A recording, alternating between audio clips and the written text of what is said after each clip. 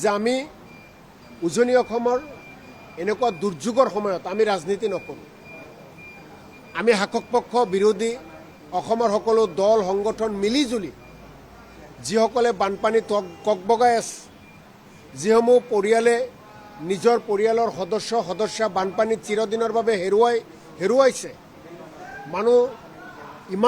মানুহৰ ইমান ক্ষতি হৈছে, ধ্বংসলীলাত পৰিণত হৈছে, সেই সময়খিনিত আমি বিৰোধীয়ে চৰকাৰক সহযোগিতা কৰিব বিচাৰোঁ। চৰকাৰেও আমাৰ পৰা সহযোগিতা ল'ব লাগে আৰু মিলিজুলি ৰাজনীতিৰ ওপৰত গৈ মানৱতাৰ ধৰ্ম পালন কৰি আমি মানুহখিনিৰ কাষত থিয় হ'ব লাগে।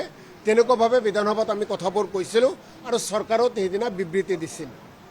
যোৱাকালি অখিল গগৈ ডাঙৰীয়া বিধানসভাত আহি সদন স্থগিত প্ৰস্তাৱ এটা আগবঢ়াইছিল। অধ্যক্ষ ডাঙৰীয়াৰ লগত তেওঁ কি কথা পাতিছিল আমি নাজানো। অধ্যক্ষ ডাঙৰীয়াই কৈছিল তেওঁৰ লগত কিবা কথা হৈছিল আৰু কথাখিনি তেওঁ তাতে উজনিৰ বানপানীৰ বিষয়ে উল্লেখ কৰিছিল। আৰু সেই সময়ত আমাৰ বিৰোধী দলপতি আৰু আমাৰ ফালৰ পৰা আপোনালোকে যদি বিধানসভাৰ গোটেইখিনি চাই, ভিডিঅ'খিনি আপোনালোকে চাই, আমি থিয় স্পীকাৰ ডাঙৰীয়াক অখিল গগৈ ডাঙৰীয়াক কথা কোৱাৰ সুযোগ দিয়াৰ বাবে আমি অনুৰোধ জনাইছিলোঁ। কিন্তু অধ্যক্ষ ডাঙৰীয়াই অখিল গগৈ ডাঙৰীয়াক 2 মিনিট সময় দিয়া বুলি কৈছিল। অখিল গগৈ ডাঙৰীয়া কথাখিনি তাতে ক'বলৈ চেষ্টা কৰিছিল। তাৰপিছত তেখেতে হঠাৎ অধ্যক্ষ ডাঙৰীয়াৰ লগত তৰ্কতৰ্কিত লিপ্ত হয়। অধ্যক্ষ ডাঙৰীয়াও নাকচ কৰিলে। গতিকে এনেকুৱা কথা বাৰ্তাবিলাক তেওঁ চৰকাৰক কি কয় এইটো বেলেগ কথা, অধ্যক্ষ ডাঙৰীয়াক কি কয় বেলেগ কথা। কিন্তু আমি কংগ্ৰেছ বিধায়িনী দলে, আমাৰ দলপতি আমি আৰু মই নিজেও থিয় হৈ অখিল গগৈ ডাঙৰীয়াক উজনিৰ বানপানীৰ বিষয়ে কোৱাৰ সুযোগ দিয়াৰ কাৰণে আমি অনুৰোধ জনোৱাৰ পিছত বাহিৰত আহি আপোনালোকৰ আগত আমাৰ কথাবিলাক অলপ বেলেগ ধৰণে উপস্থাপন কৰিছে। গতিকে মই এইকাৰণেই কৈছোঁ যে এয়া ৰাজনীতিৰ সময় নহয়। ফেচবুকত কালি আমাৰ নেতাৰ বিৰুদ্ধে লিখিছে বিধায়িনী দলৰ। গতিকে এনেকুৱা কথাবিলাক নহয়। এই সময়ত মই আপোনালোকক একবাৰে খোলাখুলি কৈছোঁ, অখিল গগৈ ডাঙৰীয়াক মই শ্ৰদ্ধা কৰোঁ, ভক্তি কৰোঁ, মোৰ জ্যেষ্ঠ ভাতৃৰ দৰে। মই যদি শিৱসাগৰ সমষ্টিৰ বিধায়ক হ'লো হয়, মই কালি বিধানসভাত নাহি মই শিৱসাগৰতে থাকিলোঁ হয়। কাৰণ শিৱসাগৰত মুখ্যমন্ত্ৰী ডাঙৰীয়া আছিল, উজনি অসমত গাৰ্জেন মিনিষ্টাৰসকল আছিল, জলসম্পদ বিভাগৰ মন্ত্ৰী আছিল, ডিজাষ্টাৰ মেনেজমেণ্ট ডিপাৰ্টমেণ্টৰ মন্ত্ৰী আছিল। গোটেই কামখিনি তেওঁলোকেই কৰিব, তেওঁলোকৰ নিৰ্দেশতে প্ৰশাসনে সকলো কৰিব।